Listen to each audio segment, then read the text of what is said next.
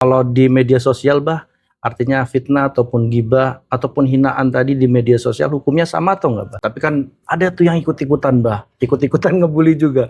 Nah, itu tuh yang terkena dosanya yang buat awal atau yang ikut-ikutan juga terkena.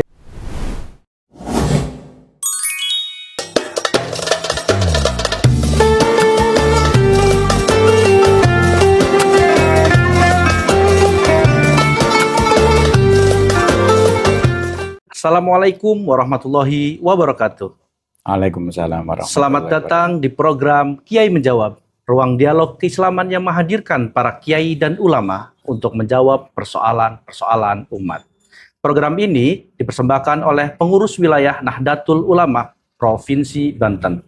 Diselenggarakan di bawah naungan Lembaga Ta'lif wa Nasr Nahdlatul Ulama LTN-NU PWNU Provinsi Banten. Jangan lupa like and subscribe ya. Nah, Bah, di pesantren itu kan banyak santri yang mempunyai model yang berbeda-beda tuh, Bah. Ada yang tadinya baik memang, Bah, ataupun kelakuannya baik, ataupun yang dulunya juga kurang baik. Tapi kan pondok pesantren adalah sarana ataupun bengkel untuk memperbaiki diri tuh, Bah. Iya. Nah, terkadang juga ada bullying tuh, Bah. Bullying antar sesama santri. Kalau Abah memandang bullying itu seperti apa, Bah? Iya. Ya, bullying mah dilihat dari segi hukum agama aja sudah dilarang. Karena itu bullyingnya sama dengan pemerasan sepertinya. Atau menyakiti orang lain gitu. Apa ya bahasa kitanya? Hinaan lah kayak gitu. Iya, penghinaan, mengucilkan orang. Itu sudah secara agama dilarang, secara kemanusiaan saja sudah tidak boleh. Maka untuk di pesantren sebenarnya di Mubarok itu sudah benar-benar setiap malam itu penyuluhan supaya jangan ada bullying aja bullying. Sampai ditempel di tembok-tembok. Jadi larangan keras bullying. Kalau terjadi bullying ya ini maka banyak yang dikeluarkan oleh kita. Jadi kan itu kan kasihan juga, Bah, ya. Iya. Ada bullying ini. Nah, kalau itu kan secara langsung, Bah. Contohnya artinya di pesantren ada bullying itu secara langsung head to head. Nah, kalau di media sosial, Bah, artinya fitnah ataupun gibah ataupun hinaan tadi di media sosial hukumnya sama atau enggak, Bah? Iya, iya.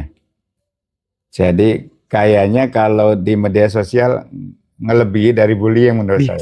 Biasanya gitu. Sebab Bah, itu mah dosa jariah sih. dosa jariah. Kalau bullying mah spontan. Jadi ada amal jariah, ada dosa jariah. Kalau perbuatan yang jelek terus di-share lagi ke sana lagi, orang baca lagi ke sini kan berarti terus-terusan itu mengalir dosanya. Jadi kalau menimbulkan fitnah, menyakiti orang lain dan menyalahi etika segala macam, maka media sosial itu lebih berat daripada bullying secara langsung. Makanya disitulah al-fitnatu asyaddu minal qatl itu benar-benar. Kalau orang membunuh spontan udah nggak ada lagi. Tapi kalau fitnah mah terus masih dendam. Betul. Nah, apalagi tuh, Bah, kadang kan kalau di media sosial contoh Rizal yang buat bullyingnya, tapi kan ada tuh yang ikut-ikutan, Bah, ikut-ikutan ngebully juga. Nah, itu tuh yang terkena dosanya yang buat awal atau yang ikut-ikutan juga terkena itu, Bah? Iya, ya, yang membuat awal lebih besar daripada yang ikut-ikutan. Karena itu ada hadis riwayat Imam Muslim itu, man sanna sunnatan hasanatan falau ajra wa ajru ma amila minha. Barang siapa yang berbuat kebaikan lalu dia mendapat pahala, kemudian juga mendapat pahala bagi orang yang mengikuti perbuatan kita. Tapi sebaliknya man sanna sunnatan sayyi'atan walau wizruha wa wizru man amila min. Barang siapa membuat sesuatu yang awalnya itu udah salah, dosa, lalu diikuti oleh orang lagi berbuat salah lagi, maka kita mendapat dosa lagi. Namanya dosa jariah. Dosa jariah. Mereka dapat dosa, ngalir lagi dosanya ke kita. Gitu. Berarti terus itu banyak jariah. Bukan jadi, amal aja yang jariah. Jadi yang awal pertama buat bullying itu lebih besar daripada yang melaksanakan. Sama aja kalau kita pengedar sama pengguna, adalah satunya lagi bos jago apa namanya? Bandar, pengedar, pengguna. Iya. Itu bandar itu lebih gede. Keduanya pengedar juga gede. Nomor 2, tapi pengguna itu ya nomor ketiganya masih. Tapi sama-sama kena, Bah, ya? Iya, kena semua. Iya. Nah, nasihat apa sih, Bah, untuk kita ya. Artinya untuk bisa menjaga lisan, karena kan kalau sekarang media sosial berarti kan jari itu bah, walaupun tidak memakai lisan, tapi juga bisa pakai jari. Nasihat Abah Iya, iya. tentang itu agar kita bisa menjaga lisan dan juga jari, Iya, iya. gimana bah?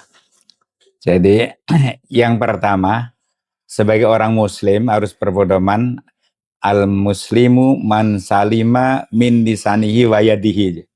Orang muslim itu yang mampu menyelamatkan dari lisannya dan dari tangannya. Dari lisan tangan ini sekarang ini yang lebih banyak daripada lisan. Iya, lebih berbahaya lebih berbahaya. Ya tanda tangan saja, tangan itu udah triliunan untuk kerugian negara. Nah, apalagi di WA segala macam. Ini yang pertama, menjaga lisan, menjaga tangan, lalu hati kita juga harus dijaga, tidak sampai keras hatinya, terutama penyakit hati yang 10 macam itu, ujub, takabur, ya, hasud, dengki, hikid, terusan tajabur, tadabur, terusan banyaklah 10 macam. Supaya jangan, kalau hatinya sudah bersih dengan banyak zikir, baca Quran, sholat nyaram, insya Allah itu mencegah daripada perbuatan keji mungkar. Seperti disebutkan Al-Quran itu, hakimi sholata, inna sholata tanha anil fahsya'i wal munkar. Kalau sholatnya sudah didirikan, sudah benar-benar dilaksanakan, insya Allah akan menjaga perbuatan keji dan mungkar. Berarti puncaknya tetap pondasinya adalah sholat. Yaitu awalu mayu hasabu bil abdu yamal qiyamah sholat. Pertama kali yang diminta pertanggungjawaban dari segala amal perbuatan manusia kan sholat. In soluhat sairul amal. Kalau sholatnya benar, baik, maka seluruh amalan yang lainnya akan baik. Tapi wa in fasadat sairul.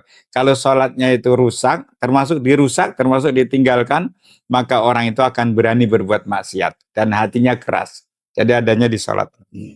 Sahabat muslim, berarti untuk menjaga lisan dan juga jari kita, perbanyaklah sholat, berzikir untuk bagaimana bisa menenangkan hati tadi dari salah satu sifat-sifat iri, dengki ataupun 10 penyebab ataupun sakit hati tadi.